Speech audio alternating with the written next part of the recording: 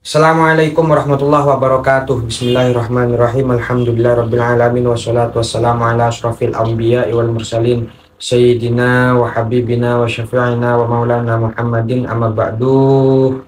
Hadratal muhtaramin, teman-teman sekalian yang dirahmati oleh Allah Subhanahu wa taala. Amin ya rabbal alamin. Qala al-musannifu rahimahullahu taala wa nafa'ana bihi wa bi'ulumihi fid dharain. Amin. Bismillahirrahmanirrahim. Adabul majalisi, adab-adab majlis dalam perkumpulan, dalam suatu majlis. Bagaimana adabnya kita ketika kita itu ada di dalam suatu perkumpulan, dalam suatu majlis. Perkumpulan majlis, majlis itu bahasa Arab, bahasa Indonesianya ya perkumpulan. Kalau bahasanya anak-anak Gen Z sekarang tongkrongan, bergaul. Bergaul. Alamayati al-majalisa, bagi orang yang menghadiri suatu majlis, suatu perkumpulan, ayyabda al-hadiri nabi salam, harus mendahului dengan mengucapkan salam, memanggil salam, assalamualaikum warahmatullahi wabarakatuh, baru dijawab waalaikumsalam. Itu memang suatu adab di satu sisi, juga termasuk hukum yang sunnah. Itu jawabnya yang wajib, manggilnya yang sunnah. Kemudian wa ayyajlisa haitsu intaha bihi al majlisu. Ini bagi orang juga ketika menghadiri suatu majlis, dia harus, bukan harus ya, secara adab dia duduknya di akhir majlis. Nah, maksudnya di akhir majlis itu bagaimana? Kalau kita lihat di sini ada catatan kaki, kan ada nomor satunya di sini. Nah, inilah. Ada catatan kakinya, kita tahu ini, yakni al-makanul khali alladzi lam yajlis fihi ahadun. Yang dimaksud dengan duduk di akhir majelis itu adalah duduk di tempat yang memang tempat itu tidak ditempati oleh siapapun, tempat sepi yang tidak ada orang yang menduduki di sana. Hal ini berlandaskan dengan riwayat yang berangkat dari Sayyidina Jabir bin Samroh radhiyallahu anhu. Beliau berkata, kunna idza ataina nabiyya sallallahu alaihi wasallam jalasa ahaduna haitsu yantahi. Ketika kita itu sowan kepada Nabi, maka di antara dari kita itu ada yang duduk di akhir majelis.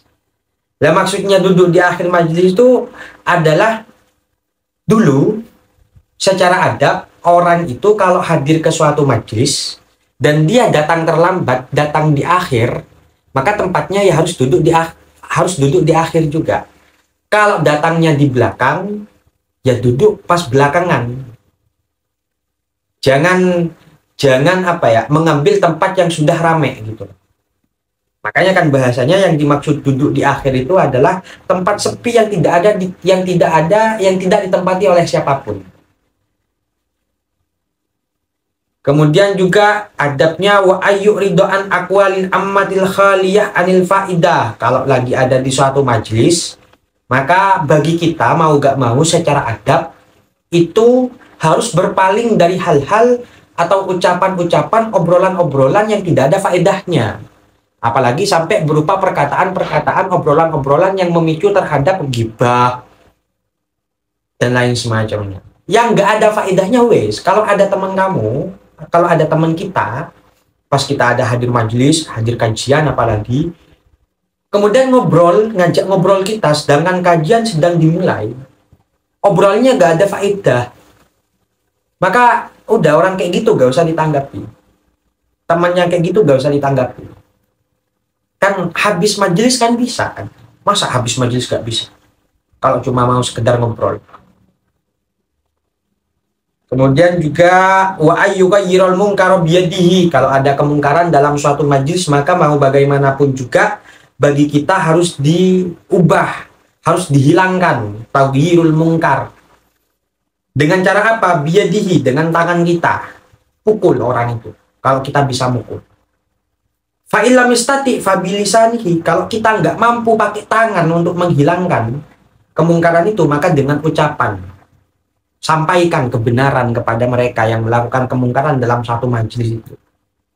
Fa illam yastati Oh ternyata nggak bisa juga, nggak mampu aku, kita nggak mampu, maka fabiqolbihi, dengan hati kita cukup ingkar. Maksudnya dengan hati ingkar fil qalbi, ya Allah, dalam hati, ya Allah, hamba nggak mampu untuk mengubah kemungkaran itu menjadi kebaikan, baik dengan tangan ataupun dengan ucapan. Karena dengan beberapa faktor orang itu kayak gini, kayak gini, kayak gini, sedangkan hamba cuma orang biasa misalnya. Sehingga kalau hamba memaksakan diri untuk mengubah dengan cara tangan ataupun omongan, nanti akan memicu suatu hal yang membahayakan terhadap hamba. Cukup ingkar dalam hati, ya Allah, itu merupakan kemungkaran. Ingkar dalam hati. Ya meskipun hal ingkar dalam hati itu merupakan ad'aful iman, lebih lemahnya iman. Tapi nggak masalah, dan kita sering melakukan hal itu. Mengingkari dalam suatu hati suatu kemungkaran itu sering. Mengingkari dalam hati suatu kemungkaran itu sering banget kita lakukan, termasuk saya. Kemudian wal yakum minal majlisi illam tad'u ilal maqam atau ilal muqam bihi daruratun. Dan sebaiknya kalau dalam suatu majlis itu memang sudah ada kemungkaran, maka bagi kita harus meninggalkan. Wal yakum minal majlis, meninggalkan majlis itu illam tad'u ilal maqam bihi darurah, selagi memang tidak akan memicu menimbulkan darurat, selagi tidak membahayakan, itulah. Tidak menimbulkan darurat, tidak ada darurat yang memaksa kita untuk tetap ada di sana. Sebaiknya hindari majlis apapun itu. Kalau majlisnya ada kemungkaran, minggat dari sana. Wa alla yahtakira ahadan min julasaihi. Ketika ada di suatu majlis, kita nggak boleh meremehkan seseorang, nggak boleh. Siapapun itu jangan pernah kita remehkan. Rubbama kana khairan minhu indallah, karena terkadang kita nggak tahu, bisa jadi orang yang kita remehkan itulah yang lebih baik di sisi Allah Subhanahu wa Ta'ala, dan Allah yang lebih tahu apakah kita yang lebih baik ataukah dia. Rubbama kana khairan minhu indallah. Kemudian wa alla yu'azzima ahadan limalihi. Kita dituntut untuk menghormati seseorang, orang lain. Tapi kalau kita sampai mengagungkan orang lain karena hartanya, itu secara adab salah banget. Bahkan para ulama mengkaji secara hukum, mengagungkan, memuliakan seseorang yang karena hartanya, itu hukumnya makruh, syadid. Sehingga mencium tangan seseorang karena hartanya, itu hukumnya makruh. Kalau karena hartanya, karena dia kaya misalnya, biar saya dikasih uang. Bahkan ada ulama yang mengatakan sampai hukumnya haram.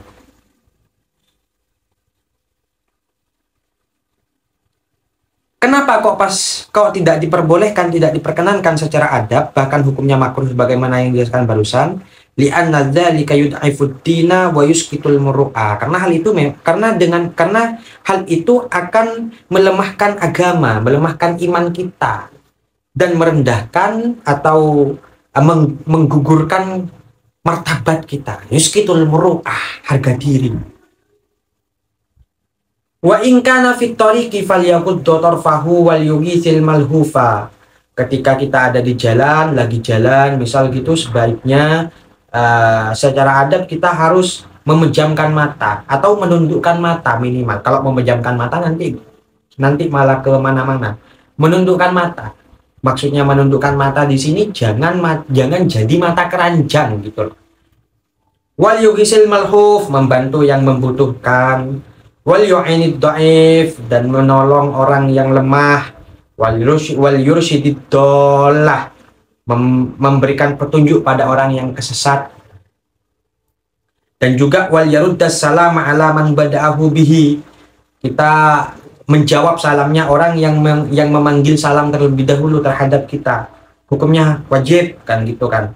Wal yu'tis sa'il, memberikan sesuatu terhadap orang yang meminta kalau kita punya, kecuali memang orang itu memintanya untuk dibuat hal-hal yang diharamkan, maka jangan dilakukan. Wal yakun fi jalsatihi wa qura, ketika kita ada di suatu perkumpulan, maka kita mau bagaimanapun juga harus bermartabat, harus tenang, jangan jadi pengusik. Minimal kalau kita nggak bisa membuat asik suatu majelis, jangan jadi pengusik. Mengapa sedemikian? Fa inna dzalika fa inna dzalika ad'a ila ta'zimihi wal i'tina'i li sya'nihi.